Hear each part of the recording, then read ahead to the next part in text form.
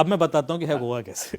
ठीक है, यस, तो फिर लोग मुझे सुनाते हैं कि सर आप ऐसे मत क्या कीजिए, ओपनली बता देते हैं क्रिमिनल्स मिसयूज करेंगे। एक टेक्निक बताऊंगा, ऐसी 12 तरीके हैं, लेकिन मैं एक अच्छा तरीके 12 तरीके ऐसे से हैक हो सकता है। हाँ 12 सिंपल तरीके हैं, ओके सर। लेकिन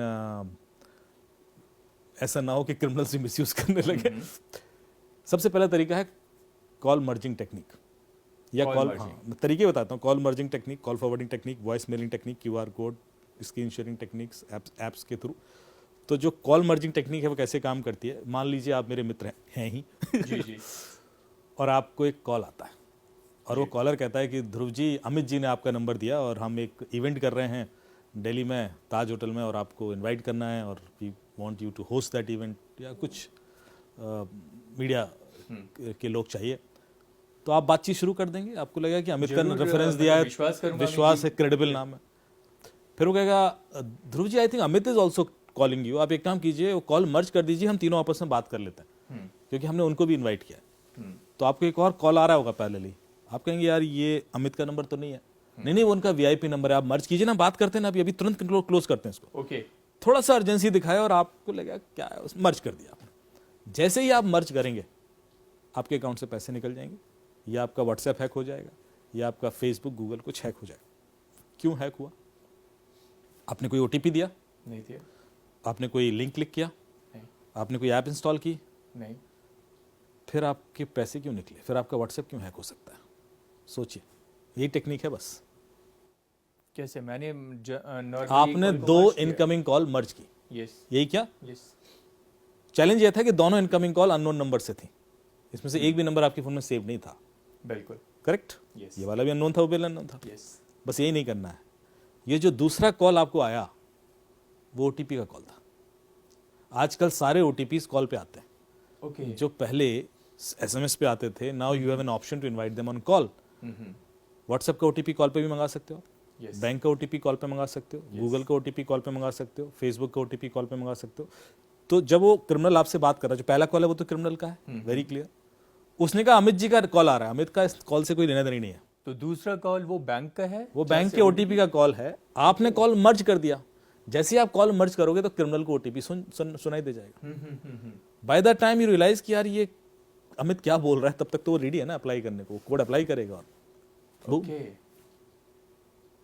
तो आपका ओटीपी ही तोड़ाना है। बिल्कुल। उसके आपको बाद लगता है कि आपने ओटीपी बताया नहीं, फिर भी आपके अकाउंट से पैसे निकल गए। तो एक और चीज मैं हमेशा बोलता हूँ अपने अवेयरनेस सेशन में, कि जितने भी आपने poster banner cyber safety awareness के देखे होंगे, उसमें लिखा होता है अपना ओटीपी मत दीजिए, ओटीपी मत दीजिए। आज सुबह से सुने जा रहा हूँ मैं, बिल्कुल सर, रेडियो पे भी ये चिल्लाते रहते हैं। एक्चुअली कोई कभी ओटीपी देता ही नहीं है। अभी आप कितने भी केसेस देख लीजिए, कभी ऐसा हुआ कि आपसे कहा हुआ कि ध्रुव जी अपना ओटीपी बताइए, हाँ हाँ लीजिए ना, ये लिख लीजिए, अच्छा वो अपना पासवर्ड भी तो बता दीजिए, हाँ हाँ पासवर्ड भी लिख लीजिए। ऐसा होता है क्या कभी नॉर्मली कि अपना पासवर्ड मत दीजिए, ओटीपी? कोई नहीं देता, 99.99% लोग नहीं देते, बिल्कुल। बहुत ही रेयर होगा जो शायद दे भी दे। ओटीपी एक तरीके से निकाला जाता है, एक कहानी होती है उसके पीछे, और वो कहानी जब तक लोगों को पता नहीं होगी, और वो कहानी सुनना चाहूंगा सर। वो तो निकलता रहेगा। जी बताइए। तो एक बड़ी इंटरेस्टिंग और ओटीपी निकालने की कहानी बताता हूं। मेरे एक मित्र हैं, वो यूएस से आए हुए थे, यूएस में एक कंपनी में काम करते हैं, लखनऊ में थे, अपनी माता जी को थोड़ा सा तीर्थाटन करा रहे थे, वो घुमा रहे थे। तो शायद उस दिन उनको दिल्ली आना था, बनारस से लखनऊ आए होंगे और लखनऊ से दिल्ली आ रहे थे, तो फ्लाइट उसमें थे, एयरपोर्ट पर थे। तो उनकी माता जी थोड़े से थकान फील कर रही थी और फिर उसके बाद दिल्ली से शायद वापस यूएस का कोई फ्लाइट था उनका। तो उन्होंने सोचा कि दिल्ली जब लैंड करेंगे उसके बाद जो उनका ड्यूरेशन है अगली फ्लाइट का, वो 6-7-8 घंटे का है, तो उस दौरान एयरपोर्ट के पास कोई होटल ले लेते हैं, वहाँ रेस्ट कर लेंगे। तो वो गूगल पे उन्होंने सर्च किया दिल्ली एयरपोर्ट के आसपास कोई होटल, तो उनको एक नंबर मिल गया लेमन ट्री का। अच्छा, तो उन्होंने तुरंत कॉल लगा दिया, आप लेमन ट्री से बोल रहे हैं? हाँ जी लेमन ट्री से बोल रहे हैं। वो एक अभी मैं लैंड करने वाला हूँ 2 घंटे बाद, तो आप एक रूम बुक कर दीजिए, जैसे आप कर देंगे, क्या चार्जेस बताए? इतने चार्जेस। बोले यार हमें तो 4 घंटे के लिए चाहिए, आप थोड़ा सा कंसेशन दे दीजिए। बोले सर वो तो अप्रूवल लेना पड़ेगा और ऐसा वैसा, प्लीज़ प्लीज़ प्लीज़। फिर थोड़ा ड्रामा किया उसने, हाँ साहब अप्रूवल ले लिया हमने, 1800 रुपये में आपको 4 घंटे के लिए दे देंगे। वेरी गुड यार, मतलब हाँ मतलब एक अच्छा होटल बिल्कुल। आपको 4 घंटे की थोड़ा डिस्काउंट दे दिया उसने। तो बोला ठीक है सर आप कर दीजिए बुक। तो बोला आप पेमेंट कर दीजिए। तो बोले आप अपना कार्ड डिटेल दीजिए। बोले कार्ड डिटेल मैं कैसे दे दूँ? बोले अरे मैं आपसे ओटीपी थोड़ी ना मांग रहा हूँ, मैं आपसे कार्ड डिटेल मांग रहा हूँ, ओटीपी मत बताना। हाँ पॉइंट उसने कार्ड डिटेल दे दिए, उसने कार्ड डिटेल भरे। उसने कहा सर वो 1600 रुपये का मैंने ओटीपी भेजा है, आप देख लीजिए ओटीपी आया होगा। तो उन्होंने देखा 1600 रुपये का ओटीपी आया था। उन्होंने कहा ये लीजिए। उसने ओटीपी डाला, 1600 रुपये चले गए। अब वो बंदा बोला ठीक है मुझे बुकिंग नंबर दे दीजिए। बोले सर वो पेमेंट रिफ्लेक्ट नहीं कर रहा है यहाँ पे। ओके, कह रहा ऐसे कैसे हो सकता है, और इधर 1600 रुपए कट और लिए। हमारे अकाउंट से निकल गया, एसएमएस आ गया। बोले पता नहीं सर यहाँ रिफ्लेक्ट नहीं कर रहा है, हमारे अकाउंट में आया नहीं अभी तक। तो थोड़ा बहस होने लगी, यार मैं तो निकल गया और मैं तो ऐसा है, इतने में वो बोर्डिंग अनाउंस हो रही है कि फ्लाइट का, क्योंकि वो टाइमिंग ऐसा है। तो उनको लग रहा है यार क्लोज हो जाए मैटर तो पहुंचूं वहाँ पे तो क्लियरिटी हो जाए, वरना फिर वही ड्रामा। तो बोलते हैं नहीं नहीं सर वो आया नहीं है पैसा, और अभी मैं कैसे रेफरेंस नंबर दे दूं, और तो जब तक आएगा नहीं कर सकता। एक काम कीजिए सर, आप ना मुझे अपना जो आपके अकाउंट से पैसे निकले हैं, बोले हाँ, तो उसका स्क्रीनशॉट भेज दीजिए तो मुझे कंफर्मेशन आ जाएगी। बोले हाँ कोई दिक्कत नहीं। उसने स्क्रीनशॉट लिया, भेज दिया। अब ये देखिए साइकोलॉजिकल गेम देखना, जो स्क्रीनशॉट भेजना आपके दिमाग में फीड करना था, उसका पर्पस कि आपको लगे कि स्क्रीनशॉट भेजने से कोई दिक्कत नहीं होती। तो आपने स्क्रीनशॉट लिया, भेज दिया, और वो उसने देखा। अब उसका रिएक्शन था अरे सर यू आर राइट, 1600 रुपए दिए आपने, आपके तो अकाउंट से निकले, अब तो यू एब्सोल्युटली राइट सर। मतलब कितना इमोशनल। अब आप देखिए हाँ पूरा हर चीज नोटिस कीजिएगा।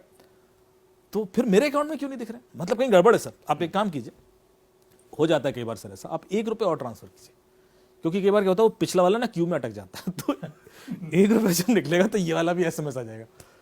अब पढ़ा लिखा आदमी है, सब जानते हैं कि ऐसा नहीं होता, लेकिन कम्युनिकेशन इतना डेंस हो चुका है, इंटेंस। तो उन्होंने कहा ठीक है साहब 1 रुपये और कर लेते हैं, 1 रुपये में क्या नुकसान है। तो उसने बोले 1 रुपये का फिर ट्रांजेक्शन किया। बोले सर वो ओटीपी आया होगा बता देना। तो इन्होंने देखा तो वो ओटीपी 16,000 रुपये का था। बोले यार ये ओटीपी तो 16,000 का है। बोले नहीं सर 1 रुपये ट्रांसफर किया मैंने। क्या बात कर रहे हो आप, मैं 16,000 क्यों ट्रांसफर करूंगा। अरे बोले नहीं ओटीपी 16,000 का। बोले नहीं नहीं 1 रुपये का, नहीं 16,000 का, 1 रुपये का। अरे आप स्क्रीनशॉट भेजिए सर, स्क्रीनशॉट भेज दिया। फिर दोबारा आप समझे नहीं बात को। पहली बार जब स्क्रीनशॉट भेजा था तो उसमें ओटीपी नहीं था, अब जो स्क्रीनशॉट भेज रहा उसमें तो ओटीपी है। आपसे सीधे सीधे ओटीपी नहीं मांगा, आपसे घुमा से स्क्रीनशॉट निकलवा लिया। बात तो वही है ना। तो पहली वाली एक्सरसाइज में उसने सिर्फ आपके दिमाग में डाला कि स्क्रीनशॉट भेजने से दिक्कत नहीं होती। जैसे ही दूसरी बार में स्क्रीनशॉट भेज जाओ, उसने ओ ये क्या कर दिया मैंने तो ओटीपी भेज दिया। तो उसने अप्लाई किया, निकल गए 16,000। ये तो वो फ्लाइट बोर्ड करने वाले थे। तो आप देख रहे हो टेक्निक्स कितनी सोफिस्टिकेटेड। हर ओटीपी के पीछे कहानी है, और ऐसी 12-13 कहानियां जो ओटीपी चुराने की ही है मेरे पास अलग अलग क्लाइंट से आती।